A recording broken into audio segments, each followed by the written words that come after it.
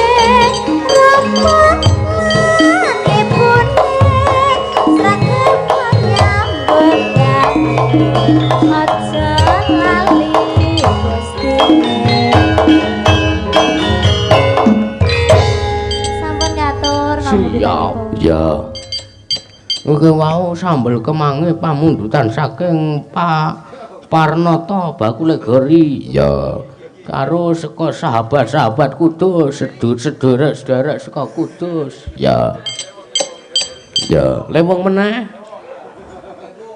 oh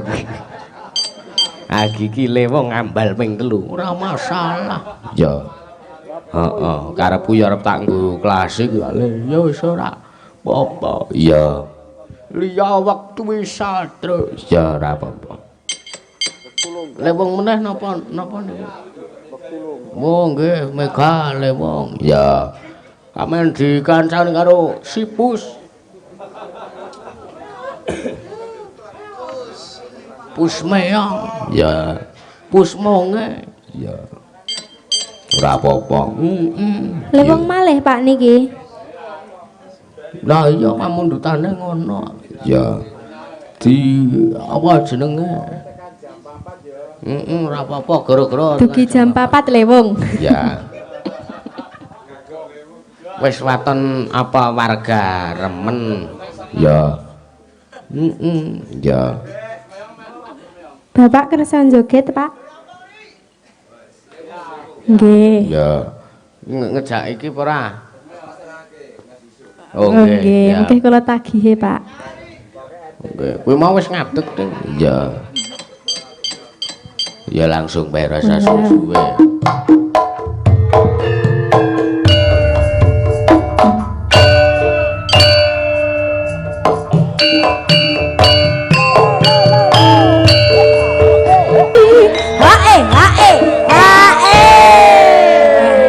Mas Kimpul oleh tombol ya blengah-blengeh. Blengah-blengeh. Untuk apa sinden anyar? Yo. Bribik sinden anyar. Ya. Mau ki WA aku. Mbak aku njaluk nomere, wis ngono kuwi. Ora tak omong-omongke. Hati-hati, Mbak. Gaplok. Aman ya. Wis ya. Sapa-sapa nek Kimpul ngati-ati wae.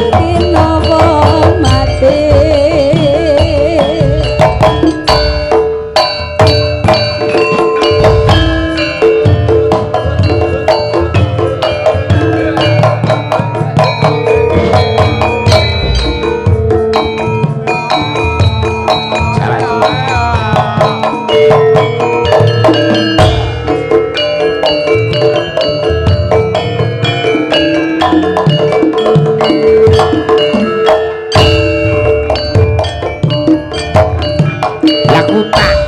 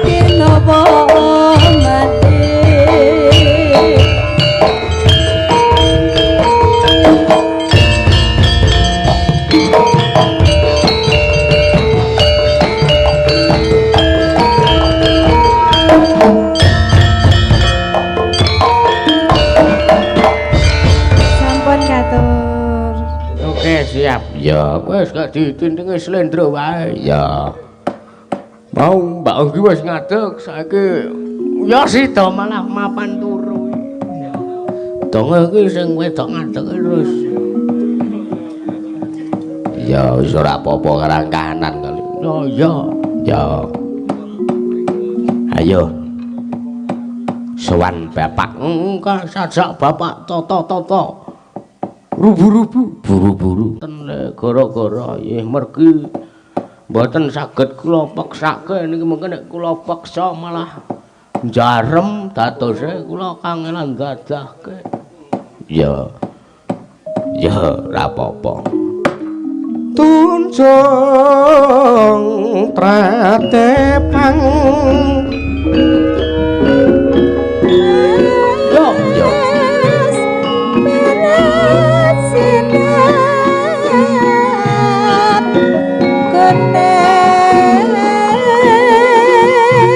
ya berat sirat pasewakan cerana ya kakenes bicarane wan manis proses ing kriyamat ngabdi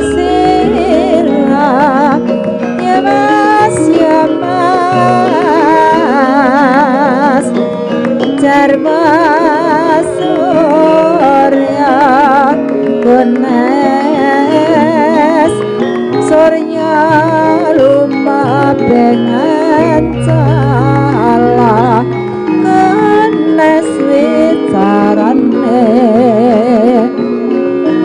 Saranging rasa Mangan nyanyam merupana ramane dewe mongnya dia nyumur rumana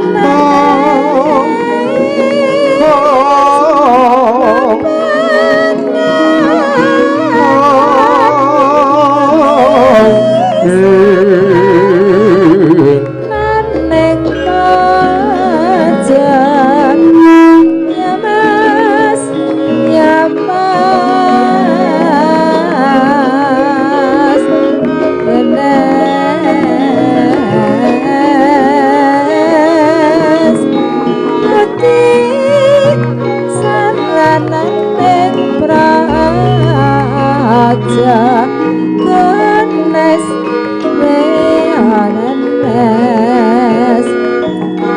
devate rasa vantae mungu lendra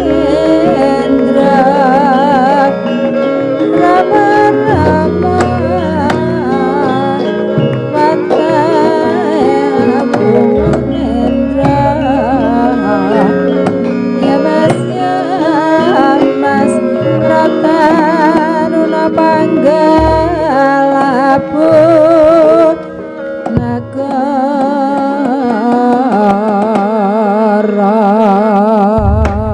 Ndak langening kalanggiwana gelar pandan muncar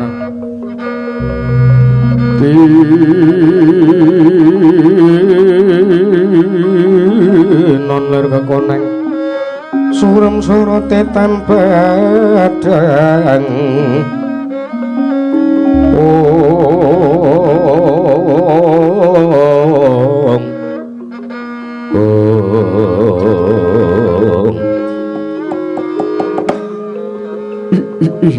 ilahing Mestro musidam sekaring bawono Putu Prabu Puntadewa lan putu-putuku para Pandhawa kabeh mesti wae pun yang wis tanggap sarta pun yang wis mangerteni apa sing kula putu-putuku para Pandhawa kabeh karepake. Puntadewa inggih Kanjeng Eyang sakmangke ingkang wayah pun Darma Kusuma sekalian para Pandhawa sowan mangarsama mangaksama paduka Kanjeng Eyang wiyasa ing Sabtu Arga ingkang boten wigatos kula nedya budidaya sartanipun nyuwun pamrayogi nyuwun niguh bertigel menggah babakan para Jawata ingkang badhe matedhaken inggih menika kanugrahan ingkang winastan wahyu kamulyan mila sakmangke sareng kula sampun sowan mangaksama dumateng paduka Kanjeng Eyang wiyasa ing Sabtu Arga lilanana suka lan penggalih menapa syarat surana ingkang kedah ingkang wayah para Pandhawa lampahi Kanjeng Eyang supados sakmangke saged anggayuh wujudipun wahyu kamulyan ingkang wayah pun Darma Kusuma kemareng nyadong dawuh Eyang Puntadewa wonten maring dawuh saka panemunipun Eyang ingkang pantes mantrep supaya anampa marang wahyu kamulyan ya kuwi para Pandhawa dene dasare apa tukapun Eyang wani mesthake lamun para Pandhawa ingkang duweni hak nampa wahyu kamulyan kula sejatinipun Eyang wis ngawruhi lamun para Pandhawa kuwi minangka utusaning adil ya kuwi gawe tentreming jagat sawegung mongko mulyane wong urip ana ing alam padang mono lamun ora sinartan tentrem atine ayem penggalihe tan murunga bakal ora bisa nggayuh ingkang winastan wahyu kamulyan ya mulyaning lair ya mulyaning batin mulyaning lair lamun to kecukupan kelawan apa ingkang wis sinandhang banjur mulyaning batin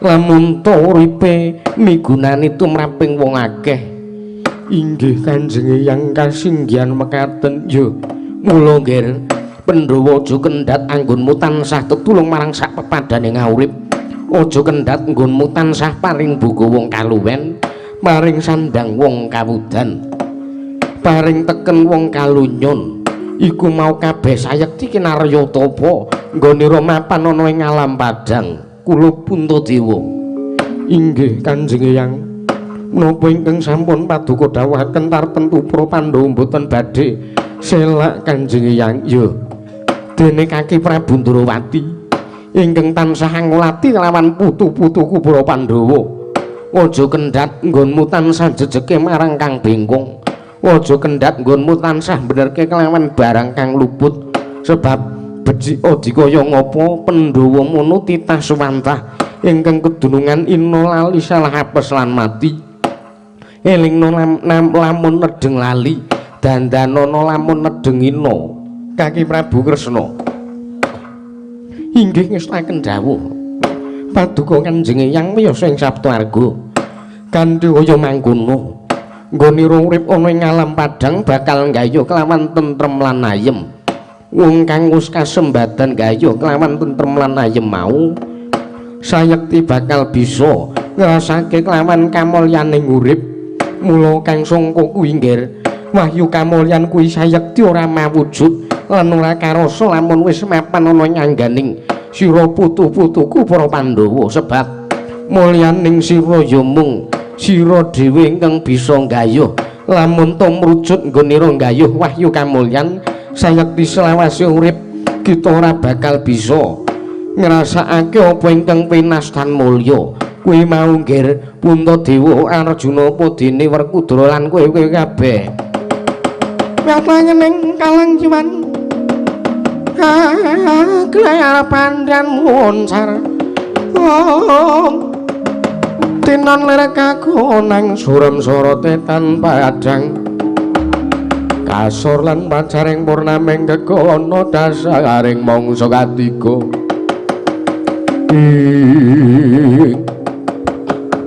injih Kanjeng Hyang menapa ingkang sampun paduka dawuhaken tartentu ingkang wayah badhe nindakaken menika menggaturipun ingkang wayah pun Puntadewa ya semono uga aku abiyasa kakekku aku mesti uga ndang apa sing dadi dawuhmu inggih Kanjeng Hyang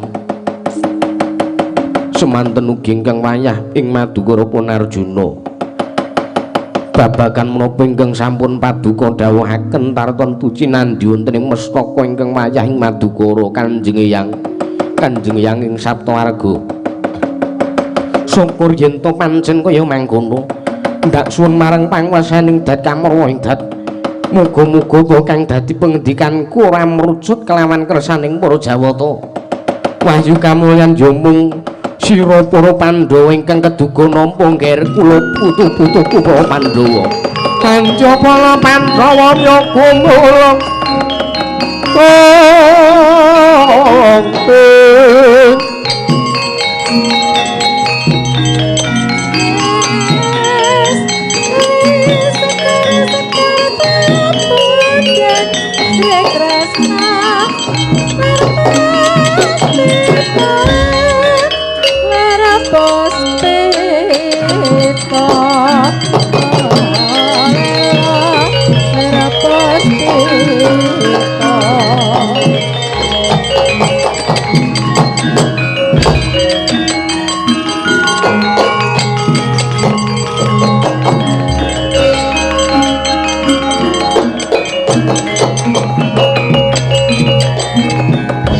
ana pandhita kinarya wancit pindha gombang ngajaping tawang susah angin ngendi nggone ana daya ingkang rumasuk kelawan nanggamu kula Pandhawa sayekti kudu medhaking wahyu kamulyan ingkang wis mapan ana ing angganing Eyang ing Saptawarga nanging aja daya-daya bungah kang dadi atinira kula Puntadewa Werkudara Janaka lan kabeh wae merga wahyu kamulyan ora bakal bisa rinasa dening kula putuku para Pandhawa lamun datan sira ingkang gayuh pribadi jumbuh kelawan ingkang wis tak dawuhake duwenana penggalih ingkang tentrem lan ayem nyingkirana kelawan watak durga ngongsongso kulino meper kelawan mobal babaling hawa nepsu satemahing kono bakal ngrasakake urip tentrem lan ayem sawise urip tentrem lan ayem sira bakal manggih kamulyan ingkang sejati nggih kula para putuku para Pandhawa gonjang ganjing langit kelap-kelap katon bergenjang alesri sang meweke gandrung tanpa rentut tanpa antara dangu suwanipun kelurah Pedho kanthong boleng kengatur ketiwasan marang ngersaning Sang Begawan Wiyasa